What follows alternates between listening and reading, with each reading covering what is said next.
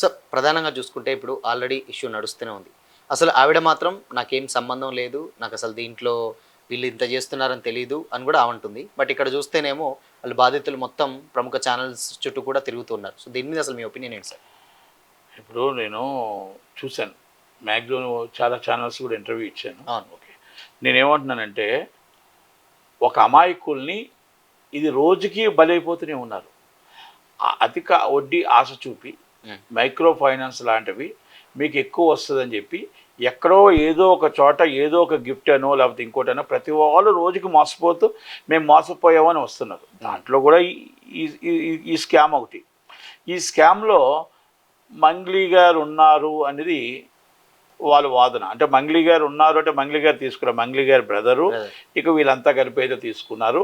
తీసుకున్న డబ్బుకు మొత్తం టోటల్గా దాదాపు 150 కోట్లు అంటారు. అది ఎంత ఉందనేది పోలీసు వాళ్ళు తేల్చాలి.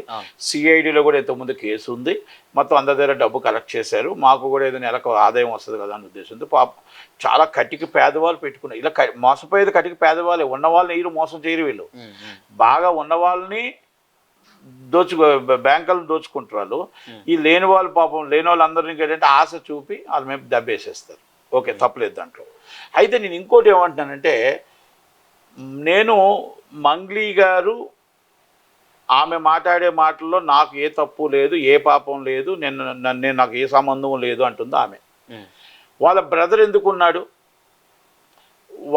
ఇప్పుడు ఆమె అన్నిటిలోని ఫోటోలో ఉన్నది పక్కన పెట్టేస్తే మన డ్రగ్స్ కేసులో కూడా అబ్బాయి ఉన్నాడు ఎవరైతే ఉన్నారో రామ్దూత్. ఇవన్నీ కూడా లింక్స్ ఉన్నాయి. ఈ డబ్బు ప్రజల డబ్బు, పేదవాడి డబ్బు. దాని బాధ్యత ఉంటుంది, మనకు కూడా రెస్పాన్సిబిలిటీ ఉంటుంది. ఓకే, ఇప్పుడు ఈ సుబ్బారావు అన్న ఆయన ఎవరో ఉన్నారో ఆ సుబ్బారావు అన్న ఆయనకి ఆమెకి ఏదైనా డిస్ప్యూట్ రావచ్చు, లేకపోతే అందరూ కలిసే ఉండొచ్చు.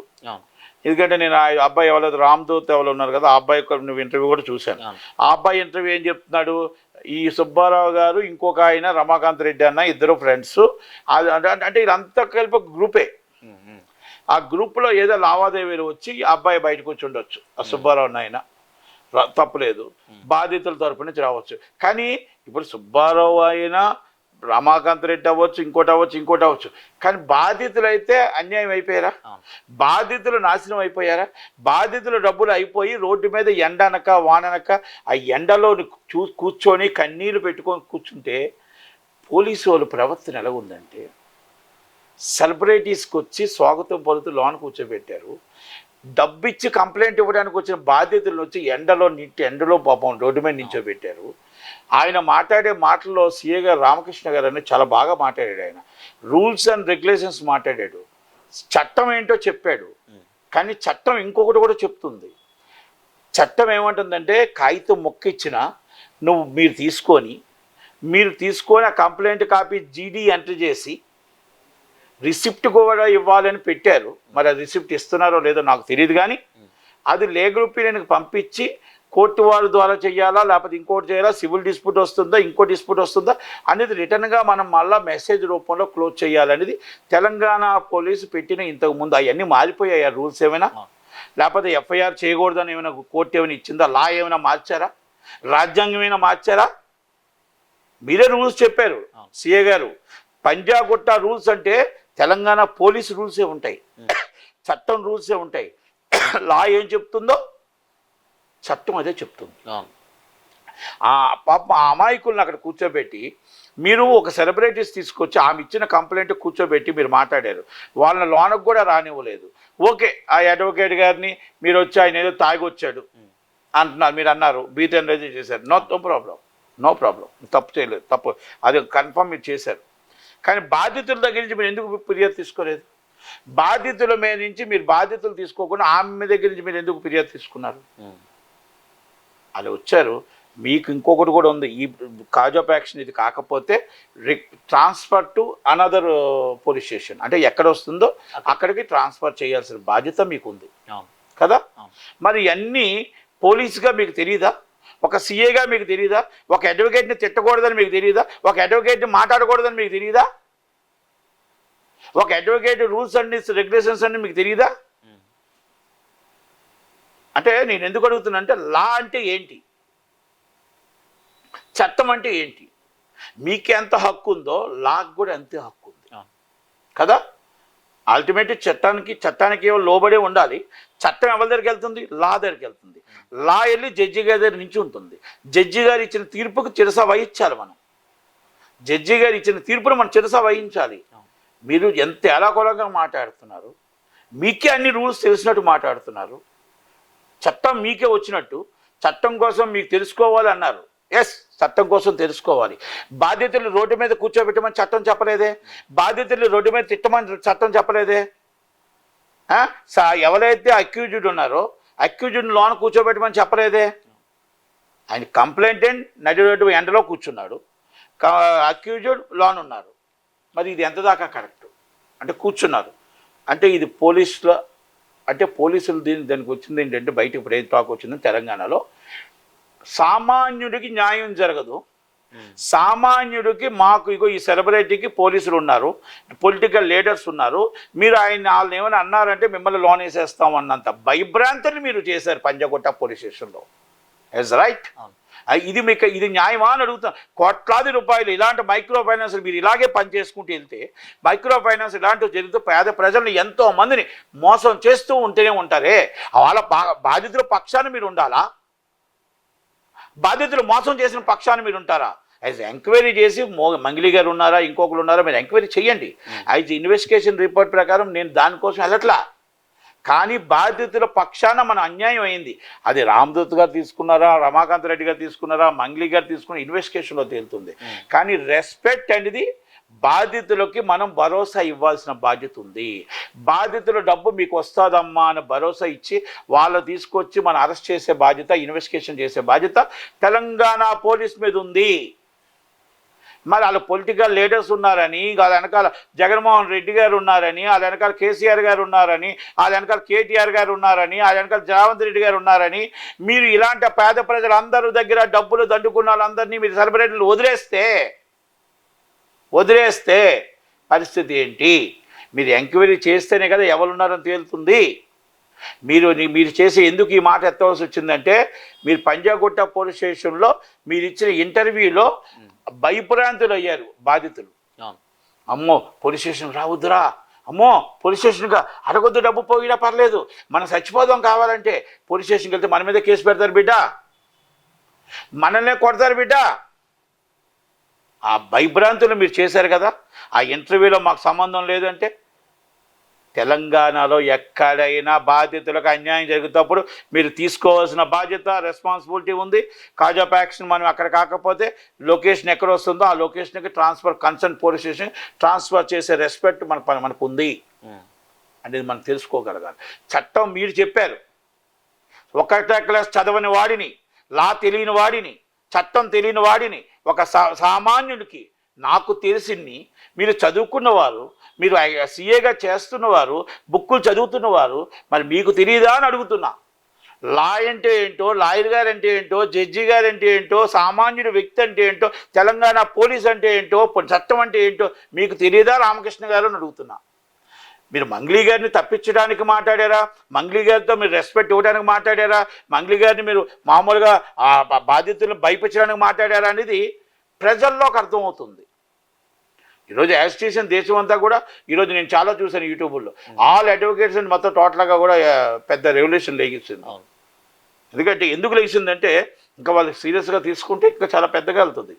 అయితే సార్ ఇక్కడేమంటే ఇంకో విషయం ఏంటంటే, ఆవిడ ఏం చెప్తున్నారంటే, నాకు 2 ప్రోగ్రామ్స్, ఒకటేమో బయట ప్రోగ్రామ్స్కి సంబంధించి ఇప్పుడు కర్ణాటక కానీ లేకపోతే చెన్నై కానీ ఇక్కడ అవుట్ ఆఫ్ స్టేషన్లో చేసేటువంటి ప్రోగ్రామ్స్ నా మేనేజర్ చూసుకుంటాడు, మా బంజారా కమ్యూనిటీకి సంబంధించినటువంటి ప్రోగ్రామ్స్ మా తమ్ముడు చూసుకుంటాడు. సో అందుకనే అసలు నాకు ఏం జరుగుతుందో బ్యాక్ స్టెప్ నాకు తెలియదు అని అంటుంది. మీ హక్కుని మీ తమ్ముడికి ఇచ్చారు. మీ తమ్ముడు గారు వాళ్ళతో కలిసి మీ పేరు చెప్పి వాళ్ళతో పాటు డబ్బులు కలెక్ట్ చేశారు. అంటే ఇది మీ తప్పు కదా. మీ బ్యాక్గ్రౌండ్ ఏం జరుగుతుందో తెలియకపోవడం మీ తప్పు కదా.